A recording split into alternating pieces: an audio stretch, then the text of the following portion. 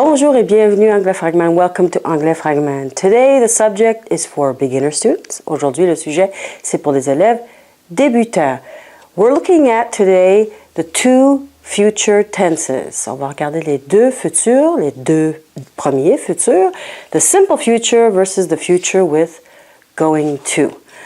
To start off, I would like to say whatever you feel most comfortable with, use. Everybody will understand you. So if the simple future is easy for you, stick with that as a francophone person. You will go everywhere around the world. Everyone will understand you. Je vais y aller en français. Pour commencer, j'aimerais dire, entre les deux, s'il y a tant de verbes avec lesquels vous êtes plus à l'aise, restez avec ça, c'est pas un problème. Vous allez être compris partout dans le monde. So let's look a little bit at the difference between the two. The simple future is for a future action, obviously, but it's also often used for something that we decide at the moment that we're not sure. Example, maybe I will work tomorrow. I'm not sure. I'm not sure, but I think I will have the steak. So I'm deciding at the moment what I'm going to do, or I'm really not sure. If we look at the going to is used by English people all the time almost. It's the most popular future verb tense. So I'm going to work at 2 p.m. tomorrow. It's planned. It's for sure. Next week, I'm going to talk to my boss. I'm sure of that.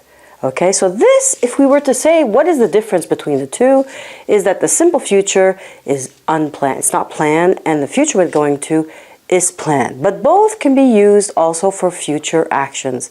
So it depends on how comfortable you feel navigating between one and the other.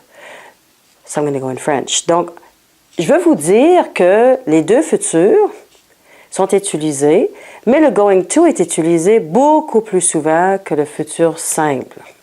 Si on va comparer avec le français, le futur à going to, c'est comme le futur proche en français, je vais. Le verbe aller et le going to. Donc, je vais travailler, je vais manger, je vais magasiner, etc. Donc, le going to, c'est planifié habituellement.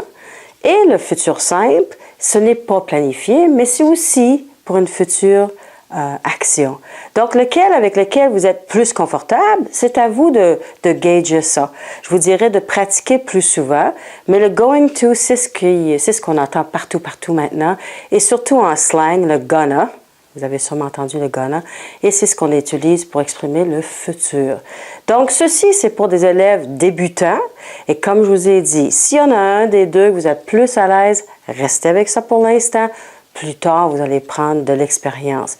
So for my beginner students, remember, both are very important. Going to is the most popular, but if you're comfortable with will at the moment, it's fine. Stay with will. Everybody will understand you. Thank you so much. Merci beaucoup et à bientôt. See you soon.